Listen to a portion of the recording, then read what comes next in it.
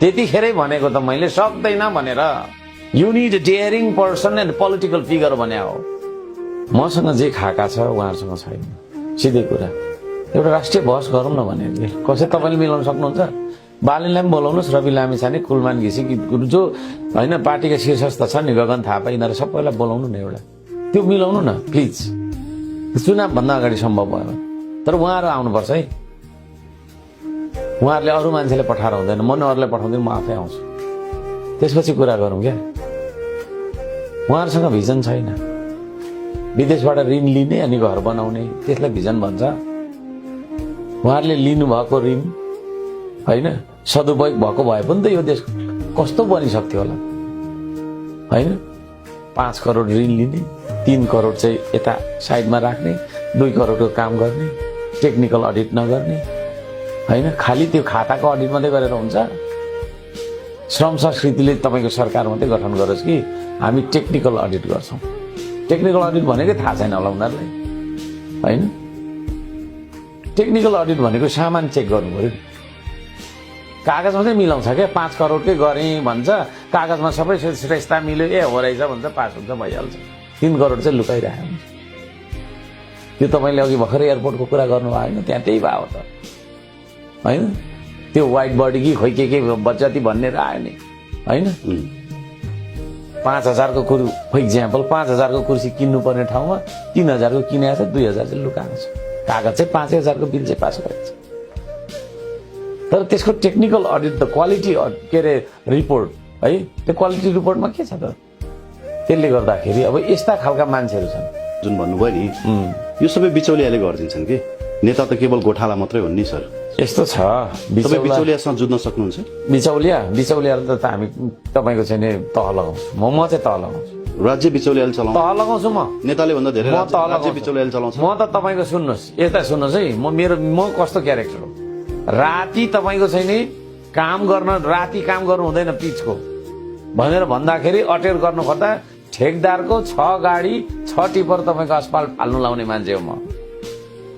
एउटा मन्त्री रहेछ भूपेन्द्र राई भन्ने, तपाईँको अहिले पनि होला प्रदेशको, रातिको 2 बजी काम गरिरहेर छ है।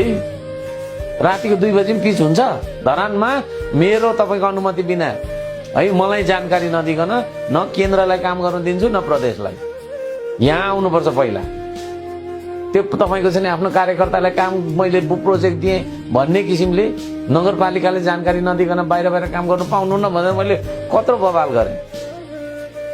त्यो कुरालाई तपाईँको चाहिँ नि व्यवस्था गरेर म त मन्त्री हुँ भनेर रातिको 2 बजी तपाईँको चाहिँ नि के अरे पिच गर्दै गरेको रहेछ। त्यो मान्छेलाई मैले प्रश्न सोधेँ होइन, रिसाइरहेछ। मेयर भएर मन्त्रीलाई प्रश्न सोध्ने? देश चलाउनु र धरान चलाउनुमा फरक होला नि। सुन्नु न, देश अब सुन्नु न, अब फरक होला नि। मैले तपाईँलाई के भन्दैछु भने मैले आफ्नो क्यारेक्टर कस्तो क्यारेक्टर हो भनेर मैले भन्दैछु। अब म त्यो क्यारेक्टरको मान्छे यहाँनिर आएँ भने के हुन्छ विचार गर्नु न है। एउटा मेयरको त के शक्ति हुन्छ र? तथापि मैले मन्त्रीको तपाईँको चाहिँ नि होइन उ गरेको छु, विदेशबाट ऋण लिने होइन, चुनाव हुनुभन्दा पहिला भारत जाने होइन, अनि चुनाव जितेर प्रधानमन्त्री भइसकेपछि फेरि भारतै गएर फेरि शपथ खाएर आउने, अथवा चीन जाने। चीन गयो भने भारत रिसाउने, भारत गयो भने चीन रिसाउने। तपाईँले जुन भन्नुभयो नि टेक्निकल अडिटदेखि लिएर होइन यो सामानहरू यस्तो नाथीहरू पनि हुन्छ होइन। सुशीला कार्कीले के बोले सुन्नु भएन अघिल्लो दिन? 24 गते बिहान ऊ त्यहाँ बानेश्वर अगाडि बसेर के बोले? हाल्नुपर्छ, कारवाही गर्नुपर्छ भने होइन। सक्नुहुन्न उहाँले कुर्सीमा बसे पछाडि मैले त्यतिखेरै पनि हार्दिक होटेलमा त 50 चोटि भनेको कुरा फेरि तपाईँले ल्याउनु भयो के? त्यतिखेरै भनेको त मैले सक्दैन भनेर। You need daring person and political figure भने हो। उहाँ भनेको त त्यो कानुनको ठेली पढ्दै यस्तो हो उस्तो धारा यस्तो धारा भन्ने मान्छे होइन। त्यही भएर त तपाईँलाई सुन्नु न भनेको त मैले भन्दैछु के छ सुन्नु न। पोलिटिकल फिगर भनेको के हो भन्दा डिसिजन लिन्छ, डेयरिङ गर्छ है। हामी आन्दोलनहरूबाट आउँछौँ है, नियम तोड्दै नयाँ बनाउँदै आउँछौँ हामी भनेको त्यस्तो हुन्छ।